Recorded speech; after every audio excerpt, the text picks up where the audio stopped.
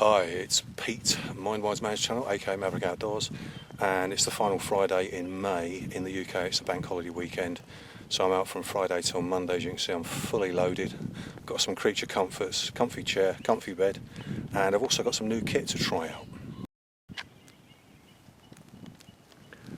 A little bit further to go on this lovely wide stretch of the Thames to make my way up that direction to where I'm going to camp for the next 3 nights, 4 days.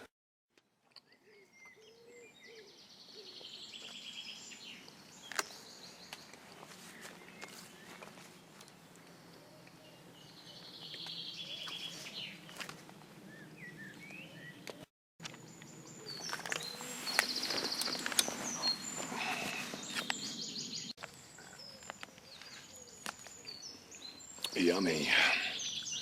Quick bit of protein and calorie replacement after that paddle up here. Now ready to get bashed to the max. Okay, so it's coming up to about 9 o'clock and I've just set up my basher. I've got plenty of space. It's a 3 by 3 meters tarp. I'll probably go into a bit more spec about it and some other configurations that you can do with the attachments of this particular tarp. But I'm just set up now for the night. I'm going to make something to eat, so here we are.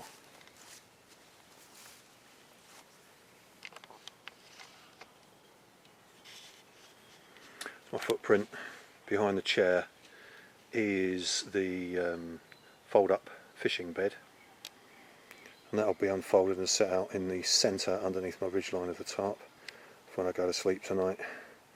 And just over there is going to be my fire pit space, and over in the background there is going to be my shower my shower space. So really it's like an open plan apartment. So I'm going to go and sit myself down and get some food out of my food box, and I've got plenty of food. I've got about 8 or 9 meals there, because obviously it's going to do me for the next nearly 4 days. So I'm just going to have a quick snack, which is tinned stuffed red peppers with hake and prawns. So that's really just a quick MRE. I can just eat that straight out of the tin with a spoon. That'll keep me going for a little while, and then I'm going to get some wood ready to get the fire going. So now I'm going to get this down my throat, and that will replace a few burnt off calories.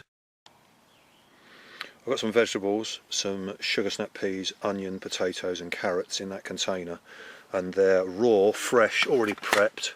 And then I've got this, which is a lamb shank. That's the label. It's deboned and it's mint and honey, so it's already cooked. You could actually heat this up in the bag in water. What I'm going to do is I'm going to boil the veg up, and then when they're near enough cooked I'm going to just separate some of this meat, mix it up, and then just let this heat through whilst the veg finish actually cooking.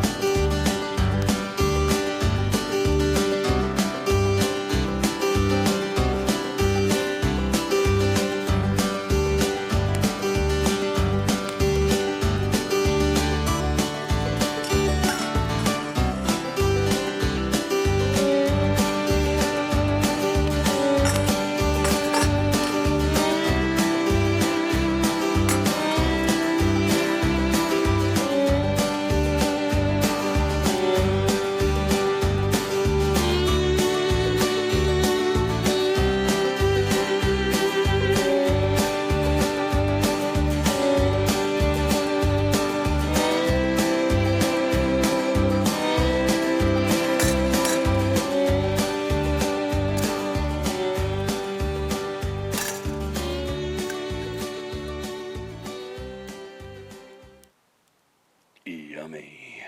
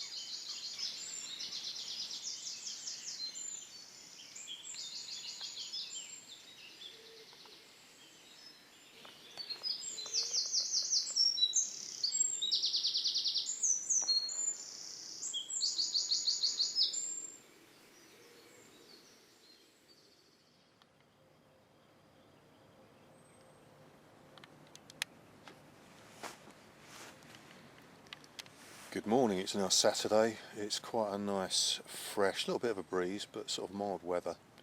I lowered the tarp before I settled last night, just in case there was any showers of rain. It was forecast maybe to be a random one, although it wasn't odds on it was going to happen, but it did about 3-4 o'clock in the morning. So prior to that I'd lowered the profile, and I was probably going to bring the angles down a little bit more so there was more fall for the rainwater to sort of drain off the tarp. But I'll explain some of the fixing points, as this is the first time I've used this tarp. And as you can see, slept on my comfy bed. The first time I used this was actually Camp Shaky Me, December 2017, last year. First time I'd actually used it in my fishing bivvy base camp unit. So this is the second time I've used it. Improvised head support with bits and pieces that were left over in my shelter kit bag. Camo netting I just had there for backup in case I had to go somewhere else to stealth it out a little bit. And of course 2 kneeling pads just on top of that, so just improvised that.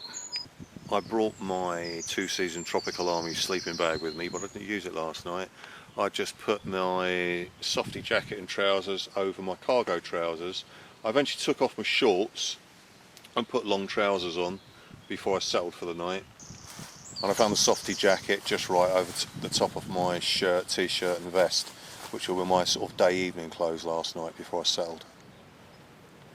So of course, bringing all the kit that I did, I was able to do because as soon as I put in, it was paddle straight to this location. So I had no portaging to do, no sort of unloading, then loading back up if I had to get in and out of the water.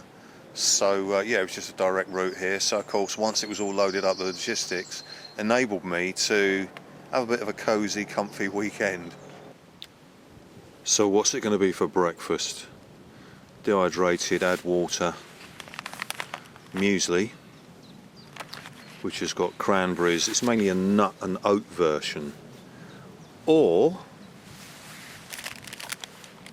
can eat it hot or cold, but I can cook that up nice and warm. Smoked sausage with a couple of fried eggs and a multi-seed bread roll, or some lemon and raisin pancakes cooked up in the toaster unit. So what's it going to be? Pancakes, smoked sausage and a couple of fried eggs, or muesli? I can read your mind.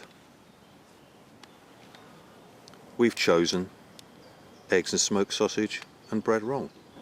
So I've taken the ridge line of the tarp up a bit higher now, so it's sort of like living space so I can walk underneath it, head height, and I've just been airing my softy jacket and trousers, and what I'm going to do now is I'm going to fold them up, put them in the middle of the fold up bed, then fold it up, keep the 4 legs underneath it and just put it over in the corner there, so I've got walk through space right the way through to the fire pit and being able to work either side of my footprint under the tarp.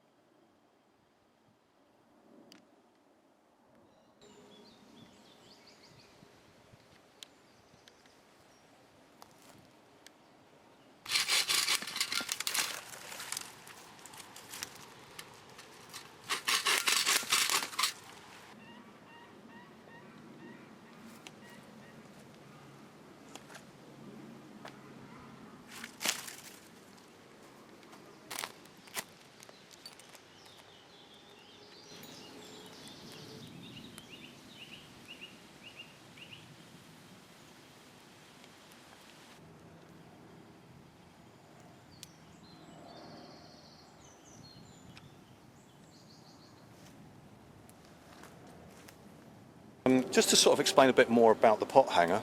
As you can see, it's an upright metal rod embedded into the ground, and then it's got 3 different devices. I mean, they speak for themselves really. After I'd finished making the lamb casserole last night, I wiped out the worst of the residue and then filled it up with water about 1/3 of the way, and then boiled it up, and then with the boiled really hot water rinsed out the saucepan. So that sort of cleaned it a little bit. I mean, it was clean inside, so what I've decided to do is just boil up about another 2 inches of water, rinse that out, and then I'm going to use that billy can to boil up some water for a brew. If you're concerned about the heat transferring through the metal into anything that you're going to hold on, the upright, unless you've got it right next to the flames or the flames are blowing over, I mean, this is really cold. It is a little bit warmer lower down, but it's not anything that's sort of going to burn my fingers.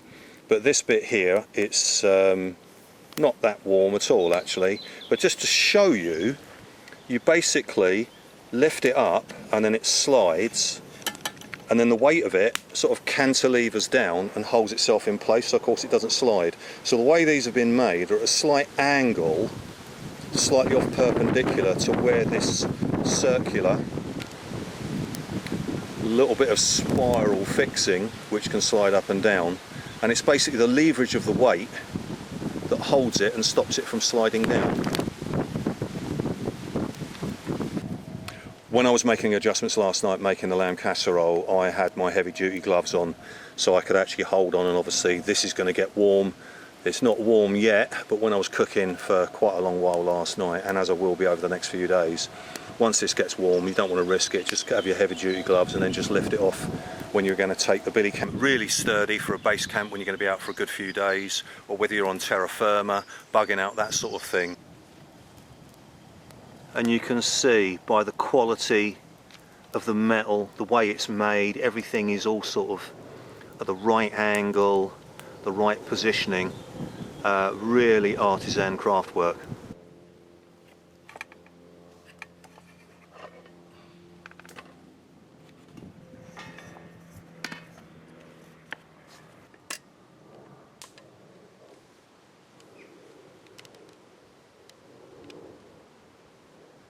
Okay, so what I've done, I obviously started the fire in the centre, then got some bigger bits of wood burning, and then moved that over to sort of the rear edge of the fire pit so I can actually hang the billy can there and boil up the water.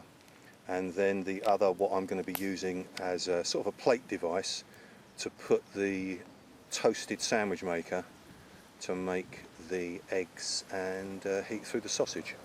Could have put the toasted sandwich maker on the coals, but I might as well use that sort of circular device, and then it's easier to control the heat cooking. So once I'd scraped some of the large coals and then put some more wood, then I've got sort of like 2 heating devices there. But if the flames do rear up, as you can see they are now underneath that circular triangle support that I'm going to use to put the toaster on, I can raise it up so at least it gets a consistent heat. It's going to be easier to control rather than actually place it on the coals.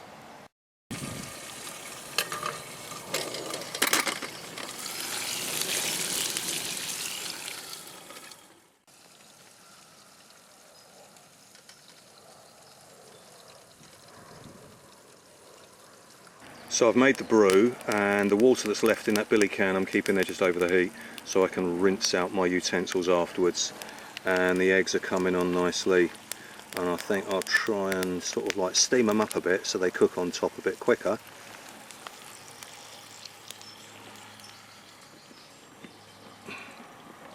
But taking the sausage a little bit further away from the heat so the eggs are more central to the element of the flames and the coals underneath.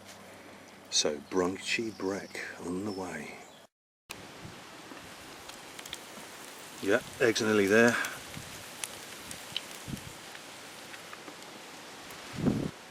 I've mentioned times before about, you know, the right heat levels to cook your food. It's really sort of trying to be able to assess and imagine, you know, using obviously a fire pit is different from using gas rings or electric elements at home. But it's, you know, from experience and using bits of kit, sort of getting to know the, I don't know, I suppose a bit of an instinctive thing really. If you're used to cooking food outdoors, away from sort of domestic kitchen heating elements, then it sort of becomes quite a natural habit of knowing what to do. But of course this is the first time I've used this particular pot hanger, So again, it was trying to assess, like when I moved the coals from underneath, and then sort of thought, right, well, I don't want the flames to come too high, it could scorch the sausages and burn the eggs. So it was sort of getting to know the different heats. Obviously, if you don't do a lot of cooking, then you're not going to be able to interpret the type of heat levels to cook different things and for different times. But you know, it's just from experience, it's good to practice, and again, it's just the enjoyment of being outdoors, cooking outdoors, whilst also wild camping, but even just went out for the afternoon.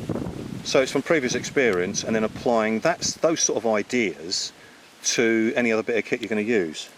But it's all served up, ready to take now to the comfy chair table. So I left my cup of tea surrounded by the wind guard that normally goes round a sort of a little portable cooker, and that stopped the breeze from cooling it down, because obviously it's a metal enamel mug that's not insulated. So if I'd have left that for sort of 5-10 minutes, it would have been sort of quite cool and lukewarm. I don't mind even drinking cold tea, especially when you're thirsty and hungry, but that did the job, and that still remained very, very hot, being behind that guard for about just over 5 minutes. But here we have it, and I bought something new recently. It's African sauce. It's sort of a mixture of tomato sauce, brown sauce, and then it's sort of got a fruity flavour to it. It's not like fruity brown sauce, but it's a bit more spicy. So if you imagine tomato sauce, brown sauce, it's got marinated dates in it as well, apparently, or date paste. But then with a bit more spice. So imagine like a brown sauce with spice, more spice in it, really to the point.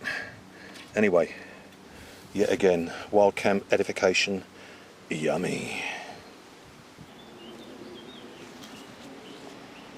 So my rubbish bag is quite a sturdy bag. It's an old postal bag.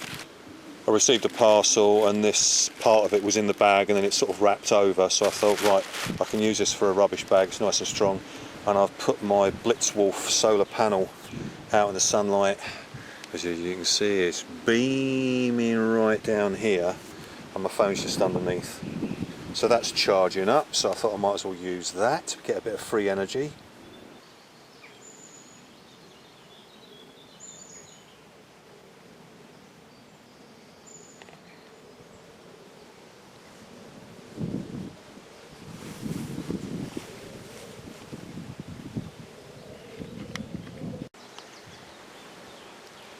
So it's about just gone 4 o'clock in the afternoon on Saturday. Time for a bit of chillax, swing on the hammock.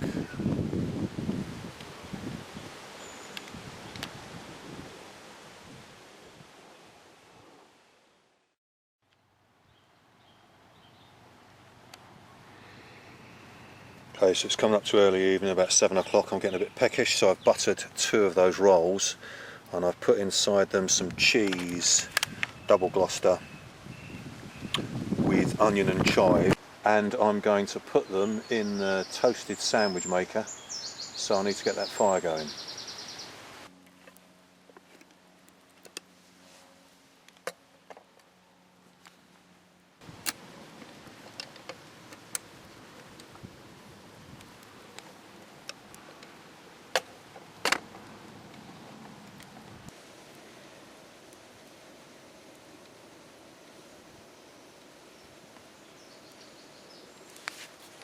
For a bit of convenience, I've got the kettle there behind the little wind guard on the little butane gas stove, just for convenience, just to boil up some water.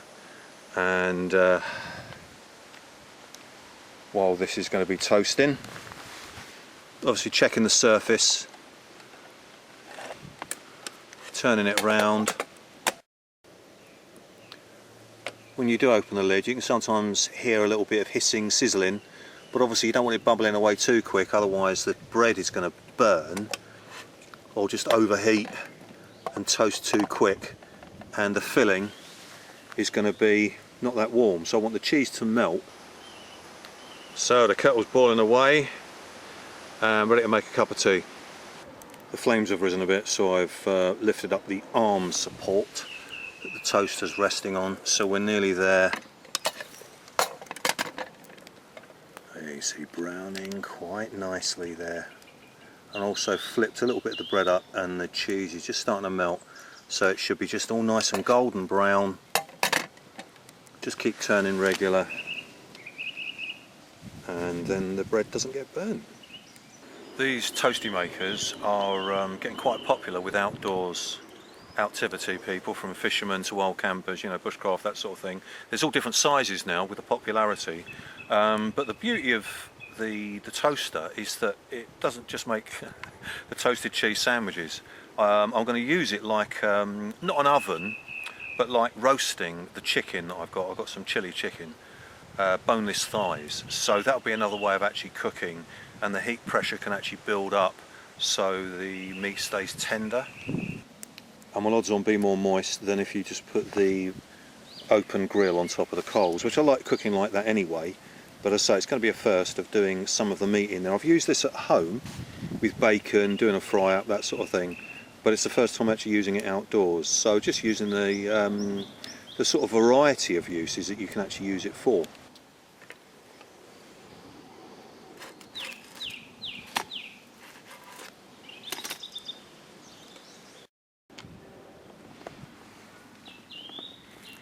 There you can see the cheese has melted nicely, all evenly toasted, crispy on the outside, soft and warm, melted on the middle. Sounds like my personality, really. So I've just had a bite, and you can see it's all soft and squidgy.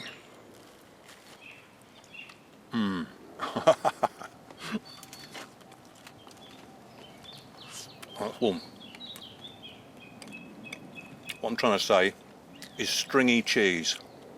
When it's gone stringy and stretchy, you know, it's just the right texture. So toasted sandwiches in the great outdoors. Who'd have thought of that, eh? So my 3 metre by 3 metre new polyester material tarp. It's a multicam pattern.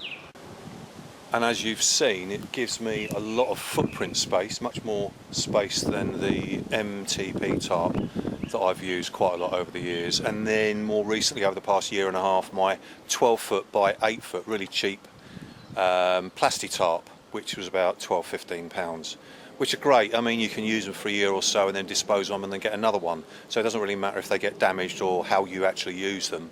Obviously, you've got to look after your kit. But, you know, obviously the more money you invest, the more you expect from it.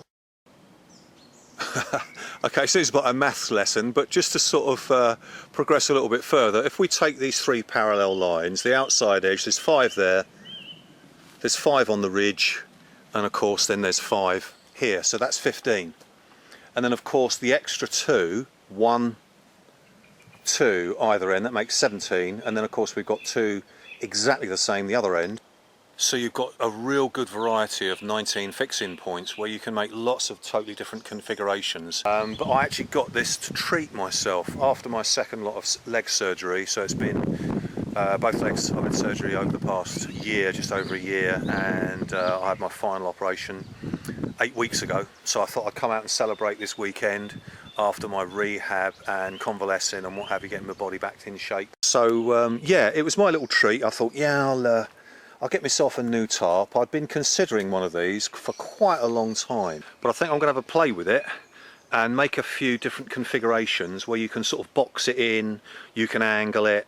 It is quite versatile in its uses, especially because you've already got the 19 loops.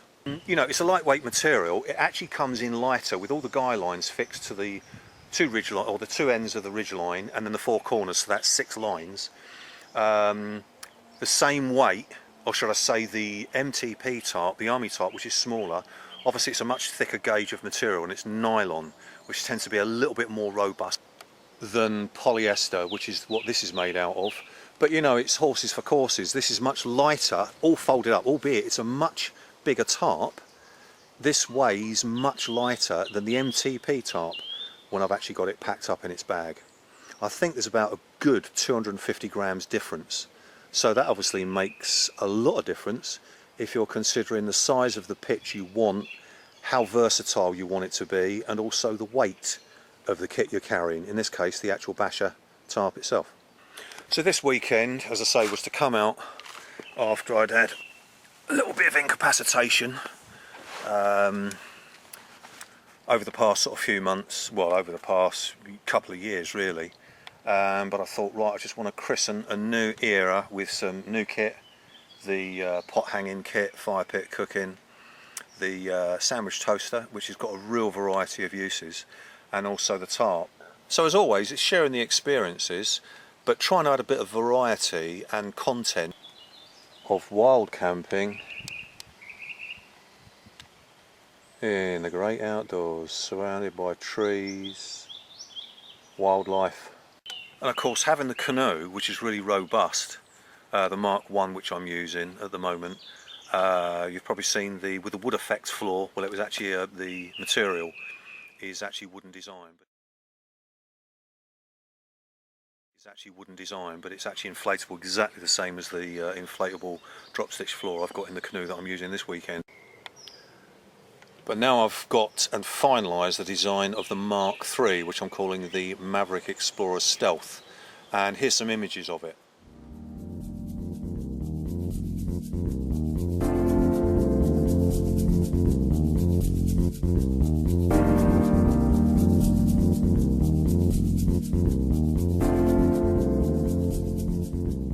I've been canoeing and wild camping for many years, but when I first started making videos I had the Sevillor Colorado, and there was no way I could maybe even take half the kit that I've actually brought with me this weekend. But I knew what the logistics were as far as bringing the kit, how I could actually load it on the canoe so it was all equally spaced out, equally loaded, so the weight was equally distributed all the way along it, and just having a bit of creature comfort. So I don't mind roughing it at all. But I just thought, well, I'm going to be out for 3 nights, so let's make the most of it. But the 20 litres of water there, that's for a purpose. Sometimes I only bring 10 litres, but just under half of that I'm going to be using for washing and my ablutions tomorrow, when I go to my little open plan shower unit, which is just around the corner from my basher. And then of course using the fold-up bed, which was really comfortable, real novelty to sort of come out.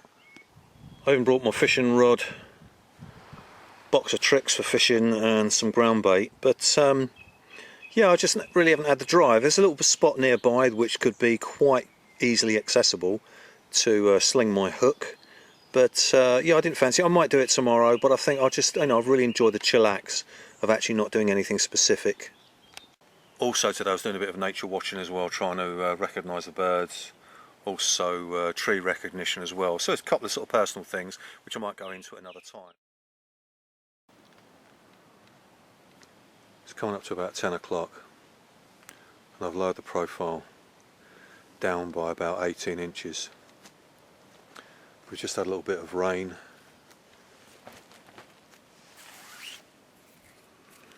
and to my west there's a bit of thunder and lightning.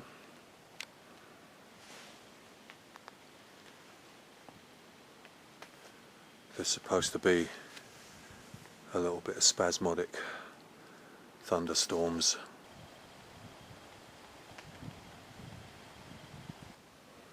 Okay, the weather's going to be a bit unpredictable. There's lightning flashing and small rumbles of thunder to my west and south, and there's predicted forecast for maybe on and off random sort of thundery showers over the next sort of 2 to 3 hours. So I'm going to stand under my tarp.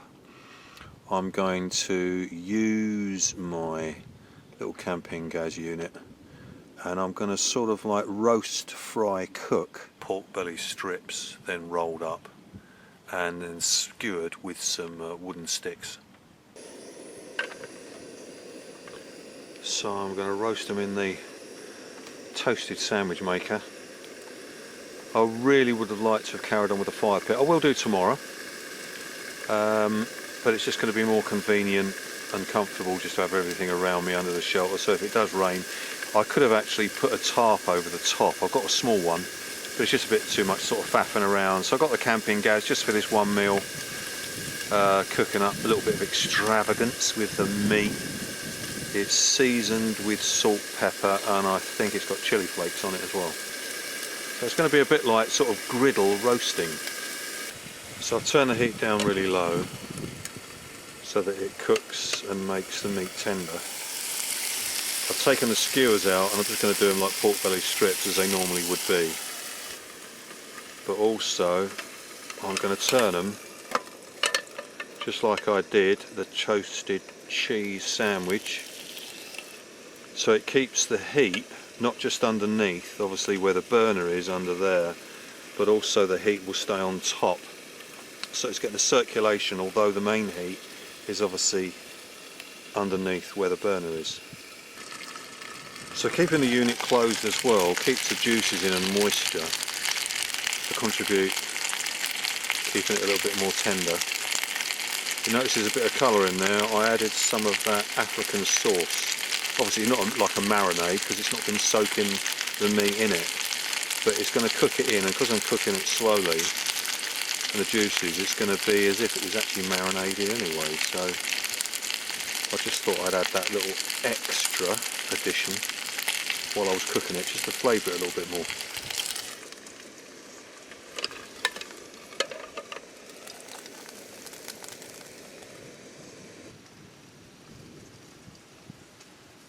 Don't know if you saw that flash of lightning there. There's a little bit of a thunder rumble southeast to my pitch.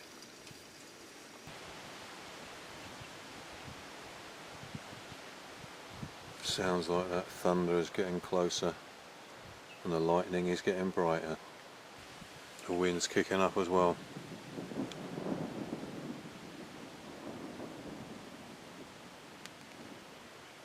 It's going to be fits and starts like this for the next couple of hours. But meanwhile, I'm going to eat my pork belly strips. They look very inviting. Caramelise the sauce over the surface of the meat. That meat is really tender. I'm really surprised how well. I knew it'd be good. I didn't think it'd be that good. It's really nice and tender, just like barbecued meat would be. Much more juicy. But now that rain is really kicking in. You can hear it on the tarp. And if the wind kicks up, then I'm definitely going to lower the tarp a little bit more, because I don't want the breeze blowing in any wet from the rain.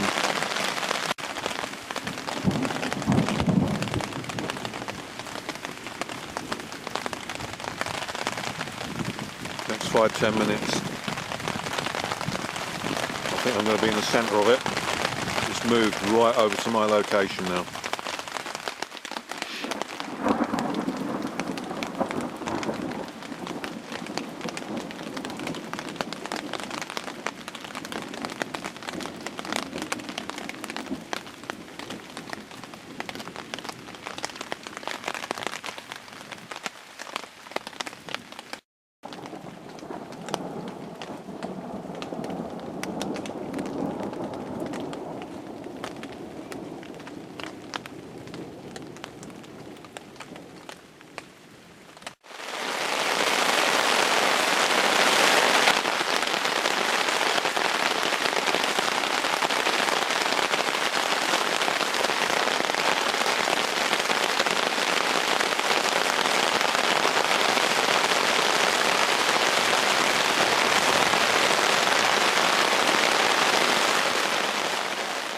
Well, that storm certainly kicks in for a good 30 odd minutes.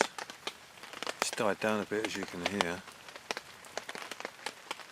but I can hear from the direction that lot just came from, I can hear something else conjuring up, but it could be travelling a different direction and not actually sort of coming my way. So watch and hear this space. So it's just gone 1 o'clock in the morning. I think the worst of it now is past. In a sort of further away direction, I think it's travelling away from me. There's a few flashes of lightning and some very distant rumbles, but it seems in a different direction to previous, so I think it's going to go on the periphery of where I am and maybe not hit me. So time for a brew. Just boiled up the water. Tea bags brewing, add some milk to it. Got a few biscuits just on that plate there. So that will satisfy the old sweet tooth. Okay, so I'm lying on my bed, and you can see in relation to my feet to where the foot end of the ridgeline is, I've really lowered the profile. I'm just outside where the guy line goes up to the tree fastening. About halfway I've put my paddle to elevate that end, so the slope actually is coming down this end right the way to my head end. So I think the worst of the storm is now over, although we're going to have intermittent rain. But my head end that I've actually lowered is where the breeze was coming in and was actually blowing in sort of rainy mist. So I've lowered it, and also the two far corners, and so the slope is actually coming from my foot end down to my head end by about 8-9 inches. So although I prefer normally the water of any rain to actually fall away my foot end, I've got no choice this side of the, or should I say this end of the tarp, because if I kept it the same level or dropped the slope down towards my foot end, it would have still left this little bit higher. So it's given me just enough room to just about sit up when I put my legs over the edge of the bed.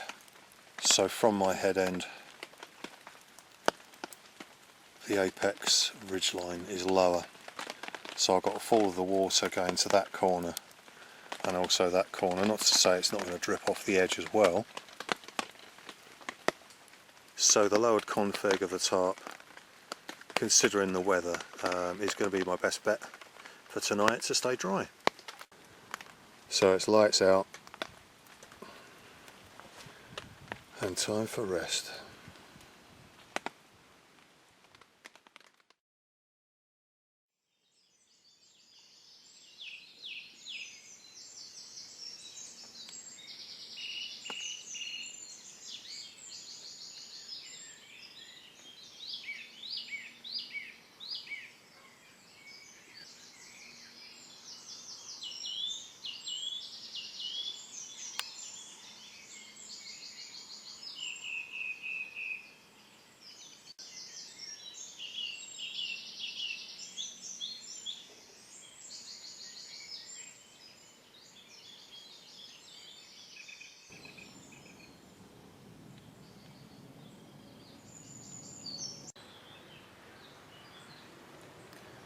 So I survived the night and kept dry. The rain died off about 5 o'clock in the morning. So the reposition of the tarp really worked. It was a good job I did that anyway, because if the storm had kicked up again and the breeze and the wind had really kicked up even more, then I'd been a bit in shtuck. So at least this was a good prerequisite if the storm kicks up again. But now it's got mild. By default of where everything was, the stuff on my foot end corner was a little bit nearer to the edge where there could have been a bit of a drip line, so I just covered that up with a plastic sheet, and then the other side lent itself to being quite inwards by about a good maybe 18 inches from where the drip line would have been on that side, so everything along here would stay dry. Head torch at the ready if I needed it, and also my TC12, what I call my turbo torch, so if anything kicks off during the night I can blast and floodlight the place with that. And then this little, what I call it's like a mini ceiling fluorescent lamp, and it really radiates the light out for something sort of close quarters when you need to do something. So that's always quick and easy to hand. If I'm sleeping on the ground, then it will obviously all be on the floor near to access where I can just lean out. And finally, with the adjustment of the tarp, it enables me to sit up on the bed, and my head is just slightly under the ridgeline, and when my get off point is just round here, then I've got easy access to get out that end. So rather than just moving all your stuff around willy-nilly, because you've got to adjust the tarp, you could then be confined and end up treading on stuff. So it's always working out the logistics where things can be replaced and repositioned. And again, I've sort of referred it to like a jigsaw puzzle really, is sort of refitting the bits into where you want it within the footprint and the ground space, considering it might have to change now and then, albeit very slightly, to adapt to how you might be adjusting the configuration of the tarp. And when I finish with the lighting, I'll just put it away safely, either in the kit bag or just somewhere that's accessible, but I'm not going to need it until later on when it gets dark again. And of course, if I'd have been cooking with that last night, when I did my pork belly ribs, I'd have got soaking wet considering I didn't have a canopy to cover. And of course probably put the fire out, odds on, considering the size of it, which is only just being used for cooking. But talking about food, I'm now just purely for convenience going to have the dehydrated muesli, just add water to that, give it a good stir, let it stand for about 5-10 minutes, and then that's 600 calories to get the morning going, and also spark up for convenience and make myself a brew.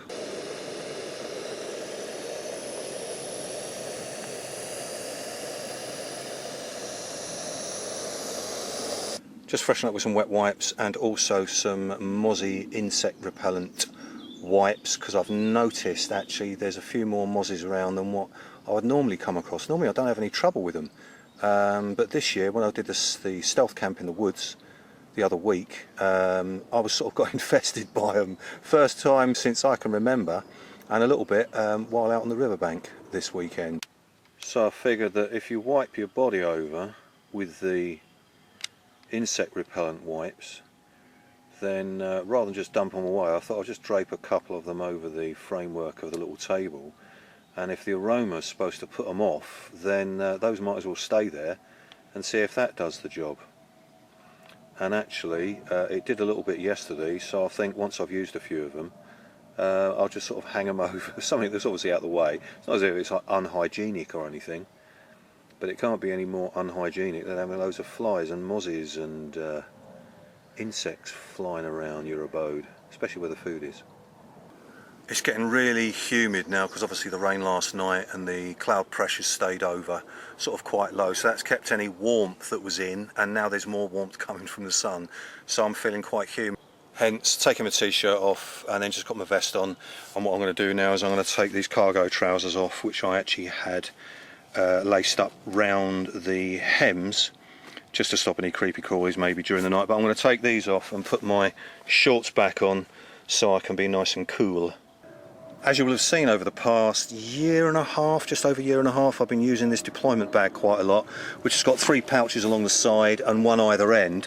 But this one I always have as my sort of medi pouch, where I've got first aid kit, then I had the wet wipes, mozzie wipes in there. I've also got an insect repellent spray down the side, which also I used over the weekend, which is quite handy when you can't actually get to an area with a wet wipe, sort of say behind your back, and then just easy access medication tablets there if I need them, and of course those will go back in that pouch.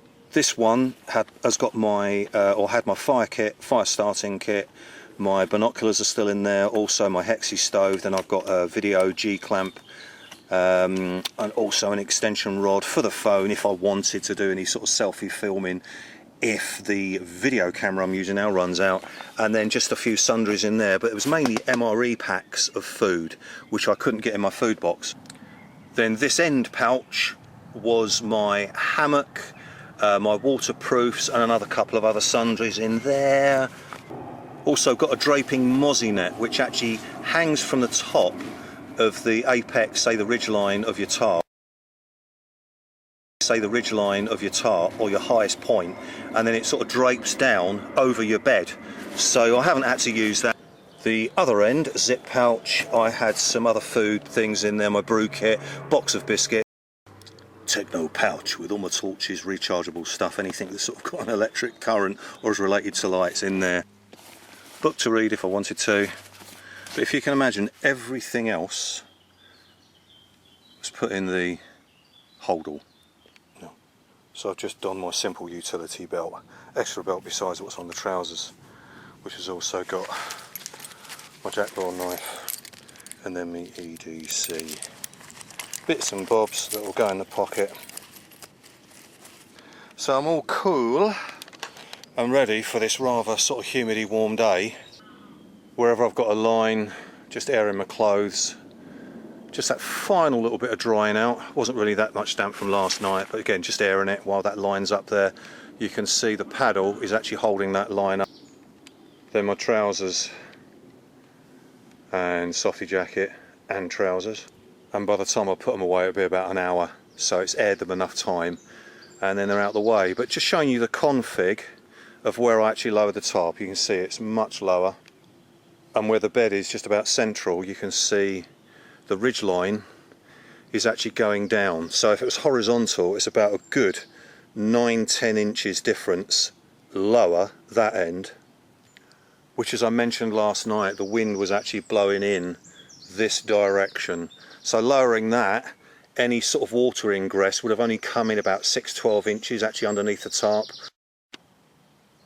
And my head end was a good 2 foot at least, about 60 centimetres from the drop down point vertically down from that ridge end, which in turn meant both sides, the left and the right, were sloping down, which then meant obviously there was going to be water drainage to the sides, and then it was actually going to fall down that way.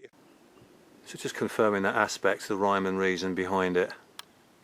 Another thing I could have done, if I had an extra tarp, I could have actually tagged it up on here, had it lengthways horizontally going across to eventually tag somewhere over there, so it would have, the length drop of it would have actually shuttered off this end, and I could have actually maybe had the profile up a little bit higher again, because obviously where the water ingress from the breeze, my head end would have been stopped.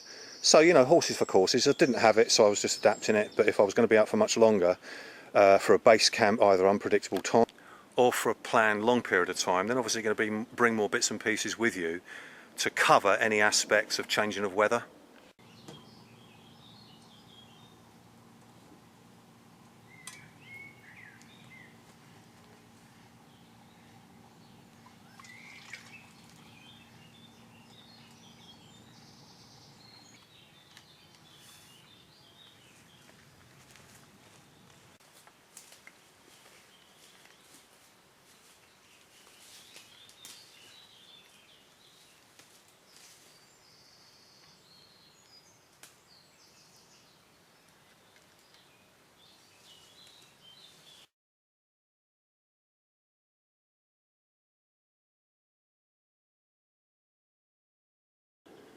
There's about, coming up to about 8.5–9 litres of water in there, hence that's why I brought my 20-litre water jerry can with me, specifically so I just had the water there, because I know I wanted to use this for the first time actually outdoors and freshen myself up.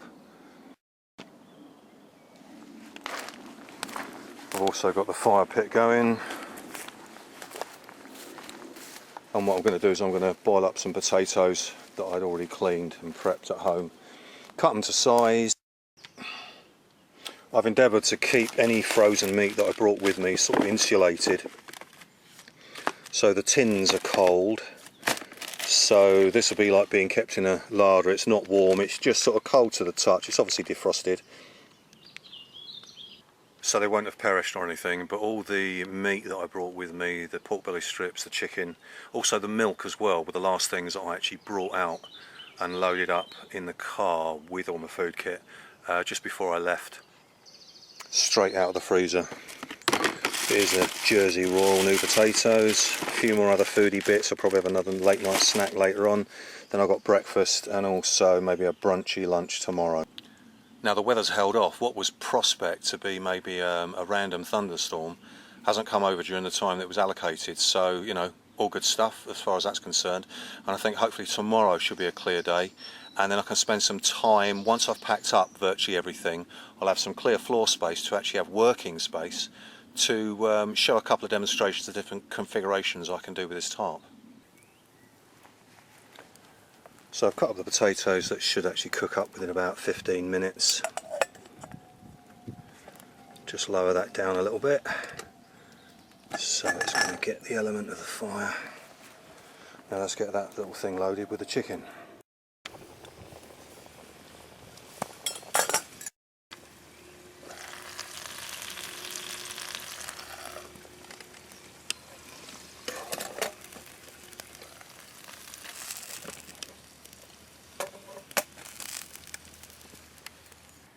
Even though the flames have died down over the past sort of nearly 10 minutes, the heat that's retained in that sandwich maker, toasted sandwich maker, sort of like roasts and heats evenly all the way through and round it. So as I say, even though the flames have died down, there's still a lot of residual heat coming from the coals because they're reasonably big underneath, and that's enough just to keep that nice slow cooking temperature going. So that residual heat is still cooking through. It's been like that for about 10 minutes in that position. Potatoes are cooked, drained the water out, and what I'm going to do, I'm going to keep the sweet corn for tomorrow for a tin of fish that I've got, but I've got a tin of tinned mushrooms for convenience, so they're already cooked. Not as flavoursome as normal mushrooms, or should I say fresh mushrooms, but you know, they serve a job, so I thought I'll have these with the potatoes and drain the water off, just heat them through. Add a bit of butter and pepper, and that'll be a nice mixture of potatoes and mushrooms to go with the chicken, which are thigh meat and they're deboned, so there's no bone on them at all. And they're seasoned with like jalapeno peppers, I think they're called, and mango. It's very, very spicy. So I'm looking forward to that. It's going to be nice and tangy and yummy. The billy can with the potatoes and mushrooms was still very, very hot.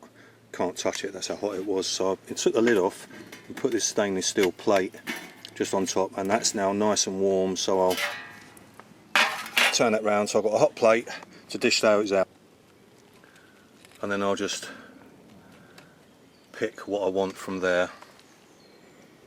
And I've put the heavy duty glove just as a padding, so in case there's any heat that could sort of melt through that sort of non-slip sort of little mat, it could maybe deform it from the heat from the base, so I've just put that glove on there.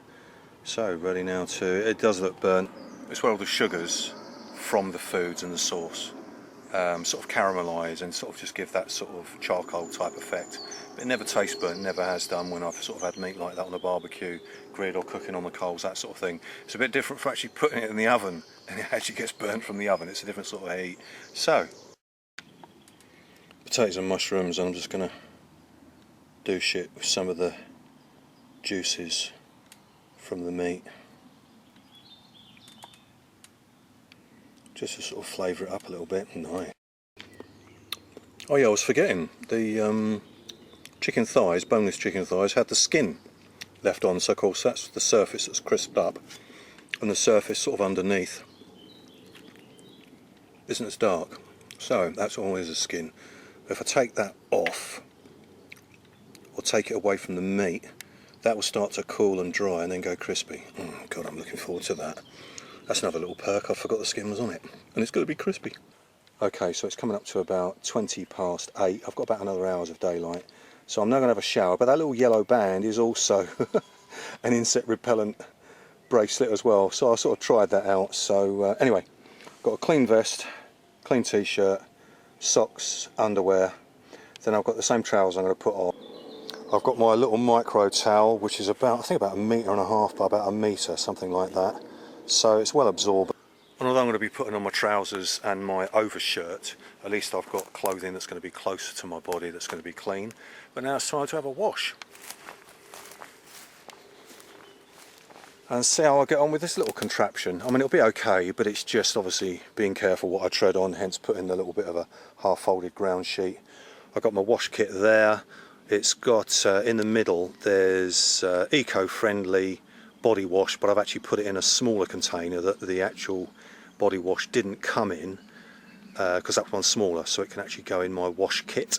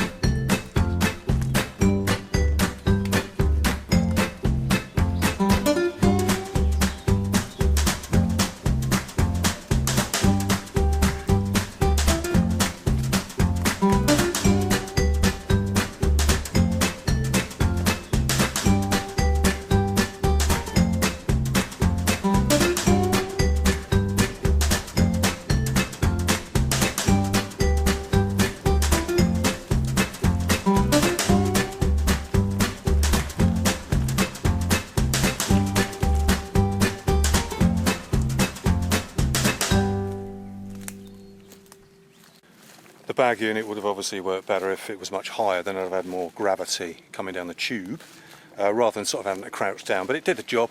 But that was a nice location to actually hang it, but next time I'll get a higher branch so the actual tube is actually hanging down vertically, and then wherever I direct it I can sort of rinse myself off and also wash whilst actually standing totally upright.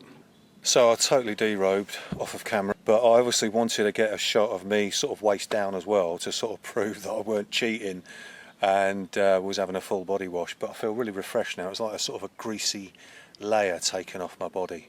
So yeah, really feeling refreshed, and definitely do that again, especially when you're out for the long haul.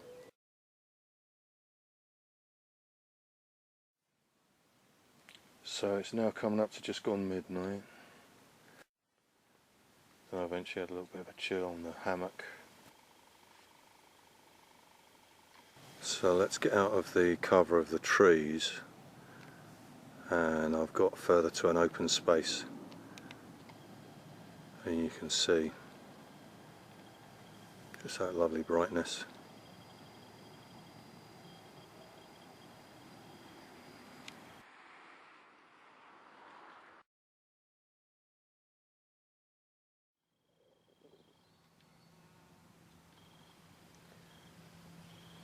So it's a little bit more overcast today, Monday morning.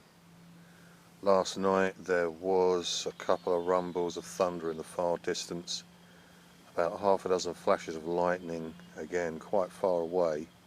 But anyway, that cleared, the sky was clear. I think it was a full moon last night, so because of the high pressure during the good weather during the latter part of yesterday, that meant that the any sort of ground heat would have risen, and it got a bit chilly about 2 o'clock in the morning. I eventually put my two-season sleeping bag and draped it over me, and as I normally do, with just the end part, foot end, zipped, so it sort of stays on my feet with that hood effect, and draping it over me, which I normally do anyway, because if I need to get up urgently, I'm not faffing around maybe half asleep with sort of unzipping. So just sort of pulling it over. But the bed really served the purpose for this, really conducive, because it sort of chamfers up a little bit. The edges of the sleeping bag sort of just resting to the side of me and within the perimeter of the bed. So the first time using this system on this bed worked really well.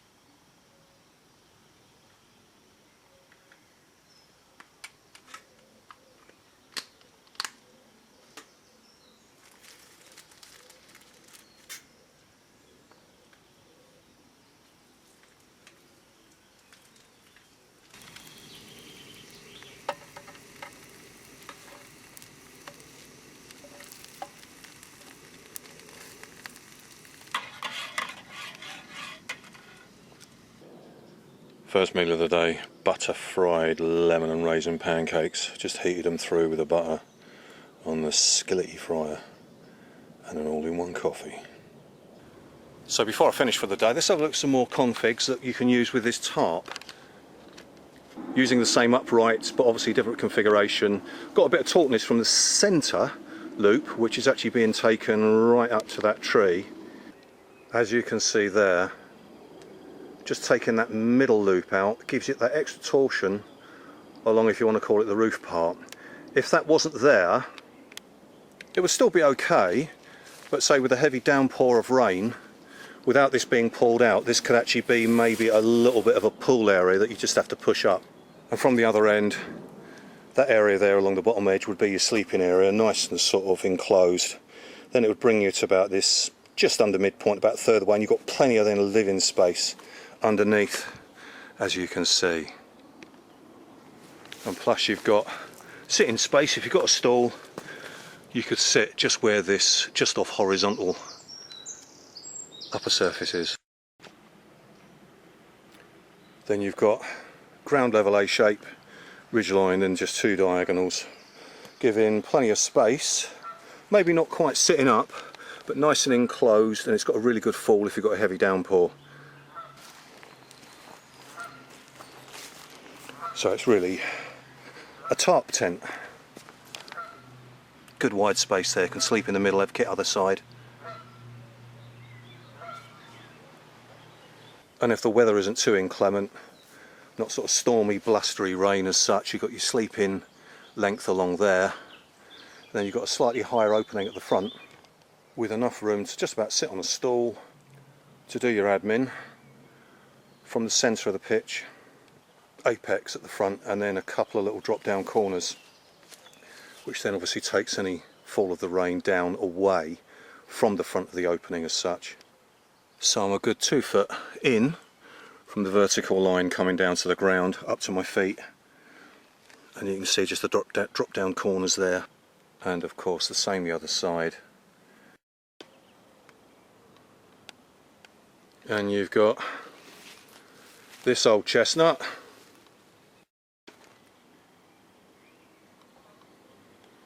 just that mid loop pulled out just to give it that extra torsion and more of a practical space underneath, compared to if this was just a straight line down, and that midpoint it's actually pulled it up a bit, whereby it's got a little bit more practical height for the open plan. You could have your sleeping length either side. I personally prefer to always have my head end always at the more concealed, protected area, although it's going to be more difficult to get up. I just slide along, and approximately where that telescopic basher pole is would be my foot end. So from head to foot, that far end corner, the length in the centre coming to where my foot end would be is obviously going to be shorter than the actual length of the 3 metres, which is sort of like 9 foot, over 9 foot coming up to 10 foot along either edge. So if we take it along that line there, I'm going to miss, if I was going to sleep in this configuration and it's raining, any sort of drip fall, because then the drip fall goes further away along that angle. So if you imagine the drip line of the water is going to be along here, because if we go vertically from that angled edge, it's approximately along here to about that point, which is a good 3 foot away from me, and then of course diagonally back to that corner. But the majority of the water is going to be sort of falling rather than the tip. It's obviously going to be falling on the outer edges, but of course being in the centre, plenty of space away from where you get any water ingress. Of course, unless that old beastie rain is being blown in, so of course the profile is much too high. But it's given me enough room to sit, and where the, say, the centre of the crown of my head is to where the tip of the highest point is about nearly 3 foot. So, you know, this horses for courses as always. Let's not talk about horses. Tarps for different situations. But again, if you predicted that wind was actually going to go up, blow behind you at the head end, the lowest point, then you know, it was quite predictable, and maybe it wasn't going to be for a very long time, whereby for the time you were going to have this pitch, anything sort of ingress, wind, rain is going to be at the lowest end, then of course this will be practical for that period of time. You could get a bit more creative with it if you wanted to, and pulling that loop out, and you can imagine that gives you even more space to work either side of you, sitting in the centre point. Obviously the way this has been set out, that's where the ridgeline would be, so it's got the central loops, whereas this side you'd probably compensate for the one that I've just demonstrated, pulling this one out on the outer edge, which then, as you can see, brings that space just a little bit wider, and even better when that one is pulled out as just demoed. So just now this corner was the highest point, fixed up to there, but now I've lowered it down, which is enclosing that little bit of space a bit more, and the second loop along I've corded it so it gets a bit creative and changed the aspect. Instead of having the centre line from where that highest point was just previously, I can actually sort of rearrange a little bit and sort of have a sitting area whereby it's slightly, if you want to call it, boxed in. And then from this, it's as limited as your imagination. I could probably get the centre one fixed up, having that as a higher point and the rest of it going down. So here's the ridge line with the 5 loops, which obviously I've got the central one here to give it that bit of torsion, headspace. But I could get the second one from the end, pull it out, which would then create a different sort of shape, as you can see from the top surface. You can imagine you could even actually make a box tarp shape out of this, which would then really be like a tunnel shape, where you've got the 2 sides, the horizontal and then the other side, and that would really enclose you, especially if it was like really inclement weather. There'll be varied bashes to the max, different configurations with that 3x3, which is a DD hammock. So as you're probably aware, just sort of general knowledge, really your setup of your tarp is really relevant to the weather conditions you're in, the practical space that you need to do things, not just to sleep, but to move around, store your kit so you're not sort of tripping over and falling over everything. But at a later date, when I start to use this tarp a bit more, especially when I go to do some stealth camping, which is going to really fit into the environment where I was the other week, the video previous to this one. So it's coming up to about 6:30 now on Monday evening. So just have a quick and easy snack before I make my way back to bricks and mortar. But once I've had this, I'll just finish doing LNT lead no trace, tidy up, load the canoe, and then take the nice lackadaisical journey back from what has been a really nice weekend. Total contrast of weathers, storm, then the mild weather. There's not a movement in the bough of the trees whatsoever, absolutely still. So it's been a quality weekend. So this area, on and off over the years, has been used by people out in their canoes, their narrow boats. Some of the ground's compacted from all that effect over the years. But at least I clear up my burnt wood. Anything that's left over, fire pits, I always fill them in. Other locations around the riverways, sometimes that people that don't know the etiquette will sort of leave rubbish, will leave things left over. So I only take whatever I need without damaging anything. I refrain from taking anything from live trees. I don't cut them down. It's always dead wood I will use, fallen dead wood or standing dead wood that I use for my fire pits. But just all the footprint you've used is to be left as best as possible natural. And if you didn't know that I was here, you wouldn't have known I'd been here. This video diary is just sharing yet another canoe wild camp experience with some new kit, different ways of cooking, that sort of thing. So I hope you got some pointers from it, any ideas, that sort of thing. On which note I'll say, as always, thanks for watching. Really appreciate your interest and catch you in another video soon. Cheers. Take care.